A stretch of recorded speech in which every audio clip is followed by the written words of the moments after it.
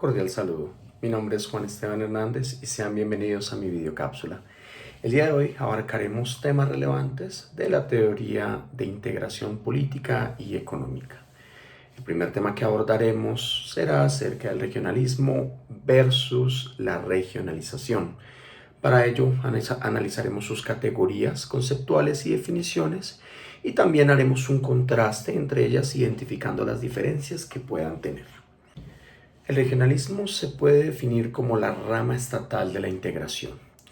La convergencia política entre estados genera proyectos formales desde un marco institucional que resulta en la concertación para un fin que beneficia a los estados involucrados. La regionalización, por otro lado, obedece a la interacción de la sociedad y los mercados. La fuerte interacción entre estos dos resulta en procesos informales que generan crecientes vínculos y busca la interdependencia entre ámbitos sociales, culturales y económicos. Ya teniendo claros los conceptos de regionalización y regionalismo, sería pertinente entrar en las diferencias que aquejan estos dos, ya que pueden llegar a sonar bastante similares.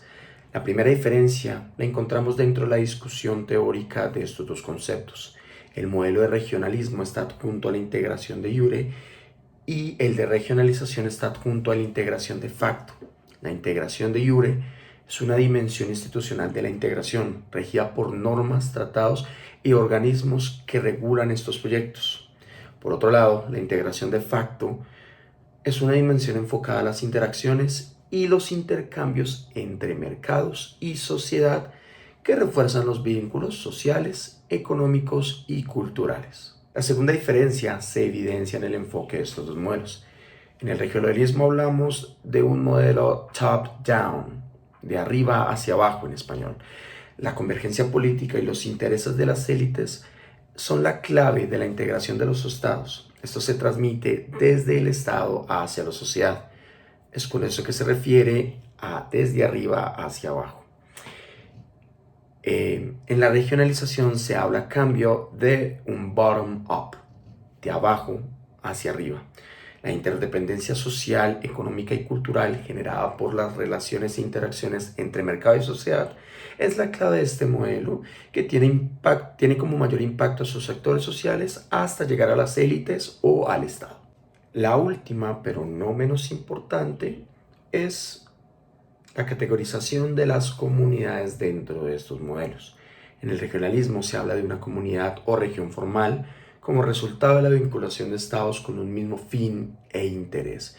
Y en la regionalización se habla de región real, que hace énfasis entre las interacciones e intercambios entre actores estatales y no estatales.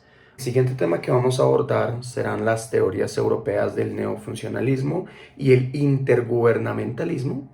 Se pasará a hablar de sus características, de sus definiciones, de su conceptualización y posteriormente se pasará a hacer un contraste entre una y la otra para encontrar diferencias una vez se haya hecho una contextualización propia de estas dos teorías. La teoría del neofuncionalismo surge, como le dice su nombre, posterior al funcionalismo, a base de que muchos de los conceptos que se aplicaban dentro del funcionalismo necesitaban mayor profundización y un nuevo enfoque dentro de lo que se llamaba la integración económica en Europa. Algunos de estos conceptos obedecerían al papel de muchos de los actores involucrados y cuál era la forma correcta de actuar dentro del papel de la integración económica en Europa. Algunas de las características de la teoría neofuncionalista son, y esta sería catalogada como la más importante, sería el efecto derrame, o como se conoce en inglés, el spillover. Esta característica se basa en que si un país toma una agenda política específica sobre algún tema y funciona, los demás países involucrados a esta agenda política van a replicar las acciones tomadas en esa agenda para su beneficio propio, pues tomando en cuenta el éxito que tuvo dentro de la agenda política. Es por eso que se llama spillover, porque derrama y lo que derrama tiene un efecto positivo sobre los otros estados, también teniendo en cuenta pues, la participación y la efectividad que tuvo sobre el Estado que lo implementó primero.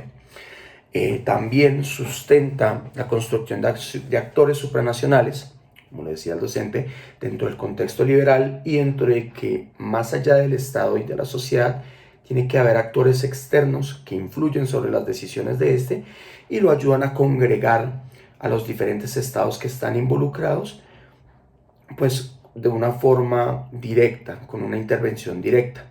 También es otra de las características en las que se apoya el neofuncionalismo, es que la integración económica sentaría las bases de lo que posteriormente sería la integración política. Ya no solo se estaría hablando de beneficios dentro de lo económico, sino dentro de lo político, lo cual iba a entrelazar y a fortalecer las relaciones entre países.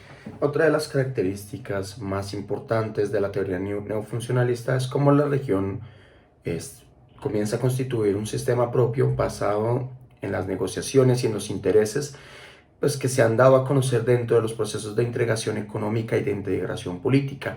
Al estar en una misma fase es más probable y más eficiente crear una identidad no solo nacional sino regional para un sistema propio que garantice los beneficios de todos los países o estados involucrados dentro de esta integración económica y política. Ya teniendo claro las bases y la definición de la teoría neofuncionalista, es importante pasar a la siguiente teoría que nos atañe, europea, la cual es la teoría del enfoque intergubernamental en los años 80. La mayor diferencia que tiene esta teoría con respecto a la anterior es el rol preponderante de los estados. Ya no se obedece una lógica en la que actores supranacionales o organismos comunitarios son los que definen los proyectos o los caminos de acción que van a tomar los estados involucrados en una misma integración política y económica. Aquí el rol preponderante de los estados básicamente determina que serán los estados y los órganos estatales de los estados involucrados los que darán las rutas de acción y los que definirán el camino que se tomará dentro de la integración política y económica. La integración está como instrumento al servicio de los intereses de los estados, no al contrario, donde los instrumentos son los que definen el camino. Básicamente lo que se pretende es que los estados tengan el poder de decisión y que los instrumentos estén al servicio de ellos. De esta forma se garantiza que los instrumentos servirán como conducto de los intereses y de las delimitaciones que los estados quieran tener a la hora de hablar de integración política y económica. Al tener claro las definiciones y características del sistema neofuncionalista, tanto como el sistema intergubernamentalista, podríamos entrar a hacer un contraste entre cuáles serían las diferencias más palpables entre estas dos teorías europeas de la integración. El primero y el más claro ya mencionado es que la teoría neofuncionalista toma como principal actor a los actores supranacionales, no solo al Estado, y a los actores comunitarios, a las congregaciones comunitarias, como punto central para llegar a la integración económica y política. La teoría contraria pone como preponderante al Estado como el órgano que va a tomar las decisiones y que va a encaminar a la integración política a su fin. Lo segundo de lo que se podría hablar como diferencias es que los órganos estructurales ya no van a servir como los que encaminarían a los estados a tomar sus decisiones. Ahora es el Estado el que utiliza a los órganos estructurales como apéndice. Por ende, cambian los roles y al cambiar los roles obviamente cambian los intereses y los beneficios a largo plazo. Y el último y más palpable es que el spillover no sería permanente. No habría un cumplimiento de que todos los estados involucrados tomarían la agenda política de un estado en específico para llegar a un consenso en cuanto a la integración política y económica. Sería el Estado el que entraría dentro del intergubernamentalismo a negociar o a poner sus intereses sobre la mesa y a compartirlos e intentar llegar a consensos con los otros estados para intentar tomar una agenda política común y una identidad regional con base a esto. Básicamente esas son las tres diferencias más palpables que se pueden encontrar entre neofuncionalismo e intergubernamental. El siguiente tema que vamos a abordar será la teoría del nuevo regionalismo desarrollada con los textos y las ideas de Daniela Perrota. Los puntos centrales serán las cosas principales que vamos a evaluar acerca de esta teoría y vamos a hacer una mirada introspectiva dentro de las oleadas de regionalismo que tuvimos en Latinoamérica y cómo se aplican las tesis centrales de esta teoría a ellas. La nominación o la definición del término nuevo regionalismo tuvo la intencionalidad de destacar el aspecto novedoso con respecto al concepto viejo de lo que era el regionalismo. Se buscaba una mirada más introspectiva hacia cómo este regionalismo podía cambiar para beneficiar a todos los actores involucrados dentro de una integración económica y política. El concepto de nuevo regionalismo logra explicar más a cabalidad la explosión de los nuevos tratados de libre comercio que se producirían con la contemplación del nuevo mercado multilateral que habría en el sistema internacional y en los sistemas económicos que afectarían posteriormente a Latinoamérica, no solo a Europa como se presentaba antes. También esta integración implicaría que países con diferente nivel de desarrollo pudieran participar, se convirtiera en un ejercicio más heterogéneo en el cual la integración económica tomaba a la región como un concepto más estructurado en el que todos podían participar y se podrían complementar los bienes y ganancias y pues todos los aportes que las diferentes regiones pudieran agregar a la conformación de un concepto de integración económica desde el nuevo regionalismo. Adicionalmente a esto, tomando en cuenta las ideas de Hedney y Soderbaum en los años 90, la delimitación del concepto de región se convierte en un subsistema marcado por los niveles de cohesión regional. Como se explicó antes, entre más heterogéneo sea el sistema y entre más actores estatales estén involucrados y puedan aportar a la integración, va a ser mejor y va a ser más fácil y un ejercicio más provechoso el de la integración. Obviamente, pues al hablar de nuevo regionalismo y de apertura económica, esto también responde a los procesos de globalización que se llevaron a cabo durante los años 90 y pues al auge de acuerdos de integración regional pues que se dieron tanto en Europa como en América Latina. Los bloques regionales también adoptarían una función de gobernanza regional. Cada vez se construye más ese concepto que vamos viendo desde el neofuncionalismo de identidad regional, no solo desde la integración económica, sino desde la política. Entre más estados estén involucrados y más estados se adhieran a estos procesos y tengan más que aportar, va a ser más fácil hablar de una apertura económica, ya que se puede tener más acuerdos comerciales entre más países porque todos están aportados y todos están aportando y todos pertenecen a un mismo centro. Ya que se definieron las características del nuevo regionalismo y la apuesta que tenía con respecto a las teorías que precedió, es importante centrarnos en la aplicación práctica y en los ejemplos reales que tuvo, como se planteó en un principio, en Latinoamérica. En esta visión introspectiva podemos hablar dentro del regionalismo hacia adentro, que fue el tercer periodo desde 1940 a 1989, tuvo características y más que todo postulados teóricos como lo fue el pensamiento económico de la CEPAL de Raúl Prebisch. También hubo creación de modelos de integración económica como lo fue la ALC en 1960 y la ALADI en 1980, que eran organismos que integraban el comercio sudamericano con el comercio mexicano, que obviamente pertenece a la región de Norteamérica. La industrialización más la integración es un tema que toma Raúl Prebisch sobre cómo la industrialización es lo que llevará a una apertura económica que desarrolle la economía latinoamericana y las relaciones intracomerciales entre los estados latinoamericanos. Posteriormente, el regionalismo abierto, que va de la mano con este nuevo regionalismo, es lo que nos llevaría a un modelo de desarrollo neoliberal, también tomando en cuenta el contexto histórico de la época en Latinoamérica. Bueno, al dejar de lado el periodo histórico que acabamos de mencionar, conocido como el regionalismo hacia adentro, es pertinente continuar hacia el regionalismo abierto, periodo que comprende los años desde 1990 hasta el 2005. La idea aún de hacer compatible el regionalismo con la globalización es algo que sigue echando raíces, como se explicó desde el componente teórico de este nuevo regionalismo. Es una respuesta directa a lo que es la globalización de los mercados, no solo en Estados Unidos y en Europa, bueno, en Norteamérica para ser más precisos, sino cómo la integración económica también llegaría a Latinoamérica y posteriormente hasta el sureste asiático.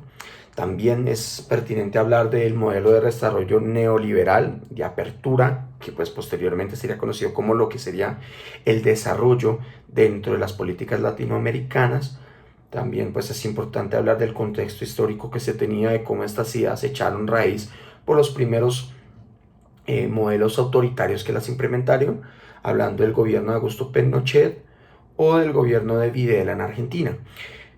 A esto también se le agrega el consenso de Washington, la deuda de los años 80, y también cómo este modelo neoliberal empezaría a echar raíces en otros países latinoamericanos que al ver el éxito de este modelo en su aplicación primeramente en Argentina y Chile, adoptarían estas medidas para que la apertura económica también creciera desde lo que se llamaría el modelo neoliberal. Para empezar con el desarrollo teórico y la extensión de este ítem, es importante revisar las dos principales contribuciones hacia América Latina en términos de integración regional y el regionalismo. Es importante resaltar la teorización de la CEPAL y de Raúl Prebic sobre la relación de integración y desarrollo económico, más específicamente. Si se quiere entrar a revisar el contexto de la perspectiva política, las propuestas de Juan Carlos Puig y Helio Jaguaribe sobre la integración regional al servicio de un proceso de autonomización son las más precisas, ya que focalizan más específicamente entre la autonomización de la región de Latinoamérica con respecto al pensamiento eurocentrista sobre el cual están basadas la mayoría de las teorías que pretenden explicar la integración tanto económica como política. Para entrar a hablar más específicamente, las teorías de la CEPAL y de Raúl Prebic examinan el problema del desarrollo y el subdesarrollo a partir de la dicotomía centro-periferia, muy propio de las relaciones internacionales. Prebic partía de un análisis de la estructura del sistema internacional, también, como ya se mencionó, de centro y periferia, en lo cual él menciona que el centro incluía a los países desarrollados, productores de manufacturas, que aprovechaban los frutos del progreso técnico y la industrialización que se veía tanto en parte como en Norteamérica, hablando de Estados Unidos y Canadá, y en Europa por parte de los países que aprovecharon de la industrialización de la Unión Europea.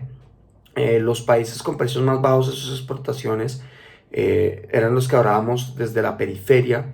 La constituían obviamente los países exportadores de bienes tradicionales que realmente no percibían o no tenían un mayor alcance al fruto del progreso técnico de la industrialización, ya que como previas expresas son ideas que aún no han echado raíces en el continente latinoamericano y que ciertamente han dificultado el proceso de industrialización y de desarrollo en América Latina si se trata de enfocarlo a los procesos que dieron frutos, háblese de Norteamérica en Estados Unidos o de Europa, como se mencionó previamente, en la Unión Europea, y el aprovechamiento de la industrialización y el progreso técnico que conllevaría con ello.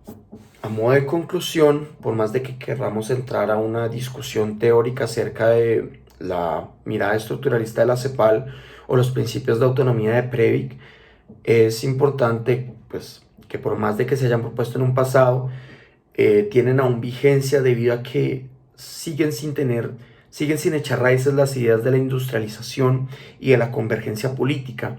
El viraje que se ve actualmente dentro de las políticas de Estado de muchos de los países latinoamericanos y cómo estas oscilan entre izquierdas y derechas, dificulta que se pueda llegar a un consenso en cuanto a qué se busca y cuáles son los retos que tiene Latinoamérica en materia de integración económica y política, en congruencia con que todos los estados vayan hacia un mismo norte y respondan hacia los mismos intereses.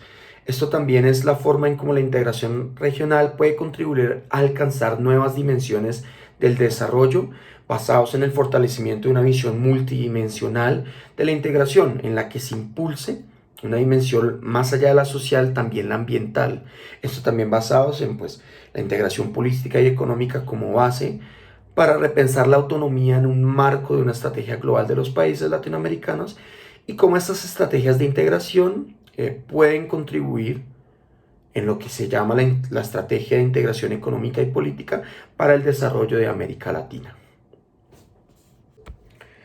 Para resolver la incógnita que se planteó previamente es necesario mirar algunos temas que serán de relevancia pues para lo que se llamaría la integración política y latinoamericana, que digamos es uno de los temas de los cuales tenemos que erradicar el eurocentrismo para que la región en cuestión pueda avanzar y llegar a procesos que realmente beneficien a todos los actores involucrados. Primeramente, se cree que es necesario entender lo jóvenes que son las democracias y las economías latinoamericanas. Los procesos históricos dictaminan que hay cierta estabilidad al principio de estos dos ítems, la democracia y la economía, como fue el caso de Europa. Digamos que eso también determina la juventud, lo inexpertas y lo poco estables que son las democracias y las economías, y cómo esto tiende a oscilar y tiende a ser un factor determinante en cómo los procesos de integración económica y política se llevan a cabo en Latinoamérica. Los procesos de creación de Estado no fueron los mismos tampoco en Europa y en Latinoamérica. Es difícil pararse sobre eso. Cada uno de ellos obedecía a centros diferentes. Es por eso que los procesos de integración estuvieron enfocados a diferentes cosas desde el momento en el que se habla de creación de Estado postcolonial en Latinoamérica. Último, también es importante que la integración se siga mirando en términos de expansión. No solo se puede mirar en términos económicos y políticos, democráticos o diplomáticos, como es el caso actualmente, sino que se tiene que abrir una agenda que obedezca a la expansión del mercado y a las nuevas manifestaciones de mercado que no solo se ven en Latinoamérica, sino en Europa, en el sureste de Asia y en Estados Unidos. Se tiene que hacer una agenda también que enfoque o que agrupe el crecimiento social, el desarrollo sostenible y el desarrollo ambiental. Esto obviamente llevará a que todos los actores involucrados obedezcan a un centro y algo que pueda resultar más provechoso y obviamente obedezca muchas de las agendas políticas internas de cada estado y de las élites políticas que pueden llegar a estar en el poder y pueden llegar a beneficiarse de una agenda política más específica y más completa en términos de desarrollo y de integración económica y política latinoamericana. Bueno, eso a grandes rasgos sería lo que se quiere tocar. Les agradezco por haberse quedado hasta este punto. Les agradezco por haber escuchado el análisis que se hizo. Nos veremos en la próxima y ya, eso es todo. Muchísimas gracias.